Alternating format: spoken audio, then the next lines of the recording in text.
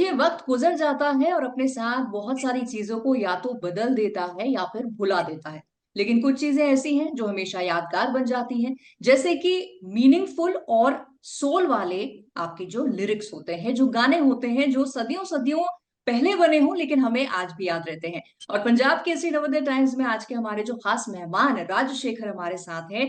ऐसे ही लिरिसिस्ट, चुनिंदा लिरिसिस्ट में से एक हैं जिनके लिखे गीतों को हम गुनगुनाते हैं, पसंद करते हैं और कभी रोते हैं उनके साथ तो कभी मुस्कुराते हैं। और रिसेंटली फिल्म एनिमल में उनके काम को बहुत सराहा जा रहा है। तो राज से ढेर सारी बातें हम करेंगे, लेकिन सबसे पहले बहुत बहुत स्वागत है राज आपका हमारे प्लेटफॉर्म पर। Thank you Nidhi ji. Thank you तो मुझे कहना चाहिए for giving us such amazing lyrics for the amazing songs जो आपने दिए हैं इंडस्ट्री को। Thank you for such a wonderful introduction और such kind words. Well deserved है। पुराने गानों पे तो बाद में आऊंगी, लेकिन फिलहाल जो धूम मचा रहे हैं एनिमल के जो आपके सॉन्ग्स हैं, तो मैं जानना चाहूंगी किस तरह की फीलिंग है, इस तरह का जो रिस्पॉन्स आ रहा है आपके गानों को लेकर। बहुत ही ओवरवेल्म्ड हूँ। uh, इतना प्यार लोगों का मिल रहा है। लगभग एक महीने से ज्यादा वक्त हो गया है गाने को आए हुए, फिल्म को आए हुए भी। और अभी तक गाने जो है वो चार्ट में टॉप पर है। नंबर वन पे चल रहा है, पहले भी मैं तो खास तौर पे नंबर वन पे चल रहा है। उसके अलावा पापा मेरी जान और मरहम दोनों गाने भी मतलब टॉप चार्ट्स में हैं। तो बहुत ही अच्छा लग रहा है। और पूरे हिंदुस्तान से, इनफैक्ट नॉन हिंदी स्पीकिंग जो सेंटर्स हैं, लाइक बेंगलुरु या कोलकाता, हम्म। हैदराबाद, इन सारी जगहों पे भी जो रीजनल सेंटर्स हैं, उनसे उनसे भी इतना सारा प्यार मिल रहा है। और वो कहीं ना कहीं दिख रहा है, ट्रांसलेट हो रहा है उन नंबर्स में, जो कि स्ट्रीमिंग एप्स पे और यूट्यूब पे दिख रहा है। करेक्ट। अच्छा, ये नंबर्स को हम अगर छोड़ दें, नंबर वन नंबर टू की रैंकिंग को छोड़ दें, म्यूजिक लवर्स के लिए म्यूजिक म्यूजिक होता है। और ये बात भी अब तो बहुत लोग जानते हैं कि म्यूजिक बैरियर्स ऑफ लैंग्वेज को ट्रांसेंड करता है, और इसीलिए कई ऐसे गाने हैं जो हिंदी बेल्ट में भी बहुत ज्यादा फेमस हो जाते हैं, जो दूसरी लैंग्वेजेस के होते हैं, और आपके गाने भी जाहिर तौर पे हो रहे हैं। इतने सारे जो कॉम्प्लीमेंट्स आपको मिल रहे हैं राज, कोई दो तीन कॉम्प्लीमेंट्स हैं जो याद रह गए, बड़े दिल को छू गए। अ, एक तो संदीप रेड्डी वांगा सर ने जो सबसे पहले गाना सुन के जो बोला था, तो उन्होंने, संदीप सर ने पहली दो लाइनें सुनी गाने की, और उन्होंने कहा कि we are done. I mean, मुझे आगे सुनने की जरूरत नहीं है। बहुत अच्छा है ये। दूसरा, पापा मेरी जान को लेकर के मुझे बहुत सारे लोगों का कॉल आया। उसमें से कई लोग ऐसे थे जिन्होंने अपने लव्ड वंस को या फादर को ड्यूरिंग कोविड टाइम में वो नहीं रहे। तो उसमें से एक मेरे दोस्त थे, उनका कॉल आया। उन्होंने कहा कि मैं पापा मेरी जान सुनते हुए आई फेल्ट लाइक क्राइंग। और मैं बहुत दिनों से मैं रुका हुआ था, वो कहीं अंदर जमा था, मैं एक्सप्रेस नहीं कर पा रहा था उस चीज को। तो उसने कहीं ना कहीं मुझे एक मेल्ट करने का ये दिया। और सो जब आपको आपने सही कहा कि नंबर्स उस तरीके से मैटर नहीं करते, number one number two. But कई बार क्या होता है निधि जी, मैं नंबर्स को उस तरीके से नहीं देखता हूँ। हम्म। मैं नंबर्स को इस तरीके से देखता हूँ कि अगर 100 मिलियन लोग आपके गाने को स्ट्रीम कर रहे हैं, आज उनके पास इतने सारे ऑप्शंस हैं, इतने सारे स्ट्रीमिंग प्लेटफॉर्म्स हैं, इतने सारे गाने हैं, उसके बीच में they are choosing your song, your words. तो डेफिनेटली मुझे लगता है कि मैं कहीं ना कहीं उनकी जिंदगी में शामिल हो रहा हूँ। बिल्कुल। उनके हार्ट ब्रेक में, उनके उदासी भरी शामों में, उनकी हंसती हुई सुबहों में। तो मुझे ये मिलियंस जो है, ये मुझे मिलियंस धड़कते हुए दिल दिखते हैं। वाह। ये चेहरे दिखते हैं, ये मुझे भीड़ नहीं लगते। मैं हम्म। इनमें से शायद सब लोगों को पर्सनली नहीं जानता हूँ, बट मुझे ऐसा नहीं लगता कि ये एक चार्ट अनजान का लोग हैं। बस एक हाँ हाँ। नंबर है, एक मैथमेटिकल नंबर है। नहीं, ये लोग हैं, ये सांस लेते हुए लोग हैं जो कि मैं इस मामले में बहुत खुशकिस्मत समझता हूँ अपने आप को कि मुझे मौका मिला कि मैं इतने लोगों की जिंदगी में शरीक हो सकूं और राज, इफ आई एम अपने नॉट गानों रॉन्ग, से। ये रेवोल्यूशन भी आपको अभी हाल फिलहाल में हुआ जब आपको ये पता चला कि अरे मेरे गाने तो मिलियंस सुनते जी। हैं। गाने के बारे में पिछले साल एक गाना आया था हमारा, ऐसे क्यों नाम से, मिसमैच सीरीज का था। तो वो भी काफी पॉपुलर हो रहा था, काफी पॉपुलर हुआ वो। बट उसमें मुझे ये नहीं तब तक पता था कि अ, राजशेखर एज एन आर्टिस्ट, वो गाने इतने लोग सुनते हैं, पर मेरे मुझे ढूंढते हुए या मेरे गानों को कितने लोग सुन रहे हैं, ये मुझे नहीं पता था। तो हाल में मेरे दोस्त अनुराग सैकिया, जिसके साथ वो मिसमैच का म्यूजिक हमने किया था, जी। तो उन्होंने कहा कि भैया आपके कुछ 1.4 मिलियन लिसनर हैं पर मंथ। तो मैं उसको जोड़ने लगा, कितना हुआ, अच्छा 1.40 लाख लोग एक प्लेटफॉर्म पे वो मेरे गाने सुनते हैं। तो मुझे बिल्कुल पता नहीं था, और मैं फिर मुझे यही ख्याल आया कि उसमें से, अच्छा डेटा पूरा बताता है आपको कि किन शहरों से, किस एज एज ग्रुप ग्रुप कौन के सी है, लोग, हाँ। बिल्कुल, जेंडर क्या है उनका। करेक्ट। तो ये सारी चीजें आपको वहां पे पता चलता है। तो ये मुझे बहुत हैरानी हुई कि उसमें से ज्यादातर लोग जो है वो 17 साल से 35 साल की उम्र के हैं।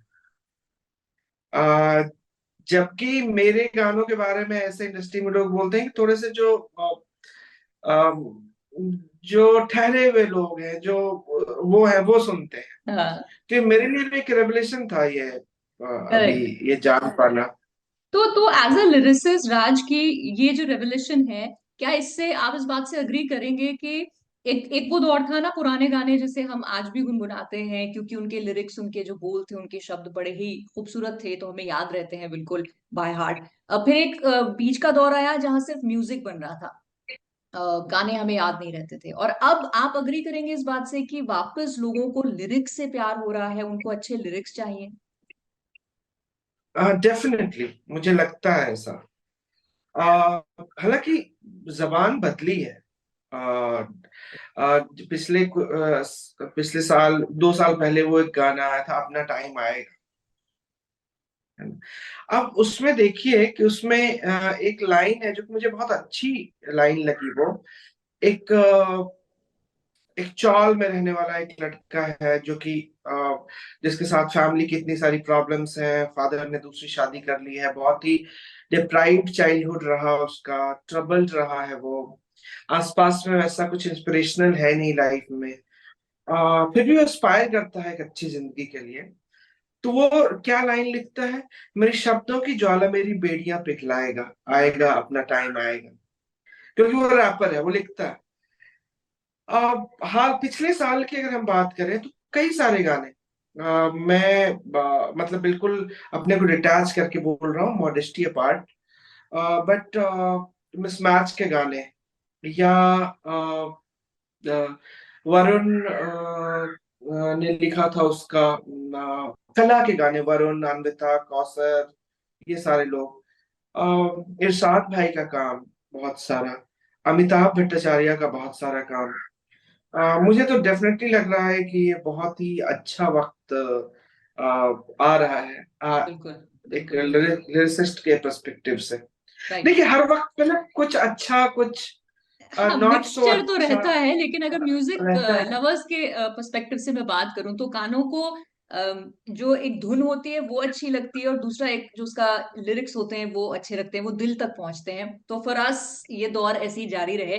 पर राज, जब आप म्यूजिक लिखते हैं, लिरिक्स लिखते हैं, क्योंकि अलग अलग फ्लेवर के गाने होते हैं, अगर मैं एनिमल के गानों की बात करूं, तीनों गानों का जो फ्लेवर है बिल्कुल अलग है, उनका जो मूड है वो बिल्कुल अलग है। बाकी भी जो आपने काम किया है बिल्कुल ही अलग है वो फ्लेवर उनका। तो क्या बातें आप दिमाग में, आप सहन में रखते हैं वाइल कंपोजिंग? कोई ब्रीफ डायरेक्टर का आपके लिए ज्यादा इंपॉर्टेंट होता है, या क्या आप मायने रखता है? नहीं, बिल्कुल डायरेक्टर का ब्रीफ बहुत इंपॉर्टेंट होता है। अ, वो दरअसल एक मैं कहूँ तो एक बड़े समंदर में ना गाइडिंग लाइट वही डायरेक्टर ही होता है, एक तरीके हम्म। से कि किस तरफ जाना है। क्योंकि हमारे पास कुछ पुख्ता तो है नहीं, हम किधर भी जा सकते हैं। डायरेक्टर के अ, अ, दिमाग में पूरी फिल्म होती है, उसका एक खाका तैयार होता है कि मुझे करेक्ट। कहाँ कैसे करना है। तो वो ही मतलब उनका जो ब्रीफ होता है कैरेक्टर को लेके, सिचुएशन को लेके, मैं बहुत स्टिक करता हूँ इस दोनों पर। और जब आप एक बार अपने आप को सबमिट कर देते हैं उस तरफ, तो फिर बहुत आसान हो जाता है कि आप वो किरदार जिधर आपको लेके जा रहा है, आप उधर चलते हैं। अ, हालांकि ये कहने में, सुनने में बहुत आसान बात लगती है, बट इस सबमिशन के लिए भी एक बड़ी ट्रेनिंग की जरूरत होती है। क्योंकि अभी आपने कहा कि गुन ना लोग गुनगुनाते हैं, कुछ दिनों के बाद जो गाने को बचाए रखता है हम्म। वो शब्द होते हैं। वो you need something to chew for a longer period of time. Correct. ये है कि आप एक तो ये किरदार और सिचुएशन, दूसरी तरफ आपको थोड़ी बहुत समझदारी इस बात की होनी चाहिए कि जबान किस तरीके से बदल रही है, हम्म। लोग किस भाषा में बात कर रहे हैं, लोग क्या चाह रहे हैं, अ, कहीं ना कहीं एक रिलेटेबल है कि नहीं आपका गाना लोगों की जिंदगियों से, वो भी एक कहीं ना कहीं सोचने की बात होती है। करेक्ट। और आपके गानों में एज ऑडियंस हमें सोचने की बात नहीं होती, क्योंकि आपके गाने रिलेटेबल हो जाते हैं। जो गाना सीरीज की या मूवी की सिचुएशन के हिसाब से रिलेटेबल बन जाता है, और फिर बाद में भी एज ऑडियंस जब हम उनको सुनते हैं तो भी वो बहुत रिलेटेबल होता है। बट मैं आपसे ये जानना चाहती हूँ राज, एक असिस्टेंट डायरेक्टर से वर्डस्मिथ का ये सफर कैसे शुरू हुआ और कैसा रहा? वर्ड्सवर्थ तो मैं नहीं कहूंगा, नहीं, स्टिल शब्दों के जादूगर ही हैं आप। अगर हम आपके गाने आपने लिखे किसी सोच को लेकर, और उसको हम अपनी जिंदगी की किसी सोच में गुनगुना रहे हैं, तो वर्ड्समिथ हैं आप। Thank you, I am humbled. तो असिस्टेंट डायरेक्टर की तरफ मैं बहुत अच्छा कुछ कर नहीं पा रहा था। और असिस्टेंट डायरेक्टर का काम दरअसल बहुत लॉजिस्टिक्स का काम होता है, and I am not very good in logistics. वो क्रिएटिव प्रोसेस लग सकता है लोगों को, मगर उसमें ज्यादातर काम की शेड्यूलिंग कब होगा, कब कितने बजे आना है, जूनियर आर्टिस्ट कब आएंगे, जनरेटर कब आएगा, ये रिक्वायरमेंट क्या है, इन सब चीजों में आप उलझे हुए रहते हैं। तो मैं उस काम में बहुत अच्छा नहीं कर पा रहा था। और ऐसा हुआ कि मैं आनंद एल राय जी को असिस्ट कर रहा था, जी। और मेरा दोस्त हिमांशु शाह की, वो भी असिस्टेंट था उनका। तो वो, उनके लिए उन्होंने तनु एड्स मनु लिखी, और मैं तनु एड्स मनु पे एज असिस्टेंट डायरेक्टर काम कर रहा था। तो उन्होंने मुझे कहा कि यार तुम कविताएं लिखते हो इतनी अच्छी, तुम ट्राई करो गाना लिखने के लिए। तो मेरा तो पहले ये लोग था कि चलो अब कहीं जाना नहीं होगा, बाहर इसी कमरे में आराम से बैठ के वो करेंगे। बट उन्होंने ये कहा था कि अगर गाना अच्छा लगा तो हम कोई एक गाना रखेंगे, बाकी गाना तुम एज डमी लिरिसिस्ट। हाँ। डमी लिरिसिस्ट वो होते हैं जो कि असली लिरिसिस्ट के आने से पहले सिर्फ एक प्लेस होल्डर की तरह धुन सुनने में कैसी लग रही है उसके लिए बस। कि नहीं तो आप ला ला ला ला ला गाने की जगह पे वहां पे कोई भी वर्ड सिर्फ वो मीटर पे दे दे। तो मैंने कहा ठीक है। और उस दौरान में मैंने दो, पहले ही दिन जब उन्होंने सिचुएशन बताया तो मैंने दो गाने लिखे थे एक ही दिन में। ए रंगरेज मेरे, जो कि बाद वन ऑफ माय में फेवरेट्स वडाली, है वो। थैंक यू सो मच, जो कि वडाली जी की आवाज में आया वडाली ब्रदर्स की आवाज में। और दूसरा गाना मन्नू भैया काकरी है। तो ये दोनों गाने मैंने एक ही दिन में, समझ लीजिए आपकी 1 डेढ़ घंटे के बीच में मैंने लिखा है। क्योंकि मैं स्क्रिप्ट से इस तरह से वाकिफ था कि मुझे हाँ सब पता था कि करेक्ट। स्क्रिप्ट में क्या होगा। तो अ, मैंने कुछ दिनों के बाद आनंद जी को सुनाया, तो उनको बहुत ही अच्छा लगा। उन्होंने कहा कि यार अब ये 2 गाने तो मुझे, ये डमी नहीं है, ये असल के गाने हैं, तो रखना होगा। फिर एक करके, फिर उसके बाद एक गाना था कितने दफे दिल ने कहा, यूं ही। हम्म। फिर पिया न रहे मन बसिया, और इस तरह करके पूरा एल्बम वो हो गया। तो मैंने कभी सोचा नहीं था कि मुझे लिरिसिस्ट बनना है। I always call my self an accidental lyricist. अच्छा हुआ ये तो एक्सीडेंट हुआ, क्योंकि वरना हमें ये अमेजिंग गाने नहीं मिल पाते। लेकिन ये जैसे जब कई बार ऐसा होता है कि बहुत अच्छे गाने लिख दिए गए हैं, बहुत अच्छा उनको गा जी, लिया गया है और बहुत अच्छा म्यूजिक उन पे बैठा लिया गया, लेकिन कई साल बाद वो फेमस होते हैं। और कई बार ऐसा होता है कि अगर फिल्म हिट हो गई है तो गाना इंस्टेंटली नजर में आ जाता है। आपके क्या थॉट्स हैं इस पे? कभी कभी दुख होता है, कुछ गाना लगता है कि अच्छा लिखा है और वो ऑडियंस तक पहुंचा ही नहीं है। हम्म। दरअसल वो मेरे, कम से कम मैं बता सकता हूँ कि 10-15 ऐसे गाने हैं जो कि ऑडियंस तक पहुंच ही नहीं पाए। जी। रिलीज फिल्मों के गाने हैं जो कि फिल्में रिलीज हुई, गाने उस तरीके से रिलीज नहीं हुआ, या लोगों को पता ही नहीं कि ये गाने मैंने लिखे हैं, या ये इस तरह का कोई गाना एग्जिस्ट करता है। इक्का दुक्का लोग ट्विटर पे उसके बारे में बात करते हैं कि अरे ये गाना रिलीज नहीं किया।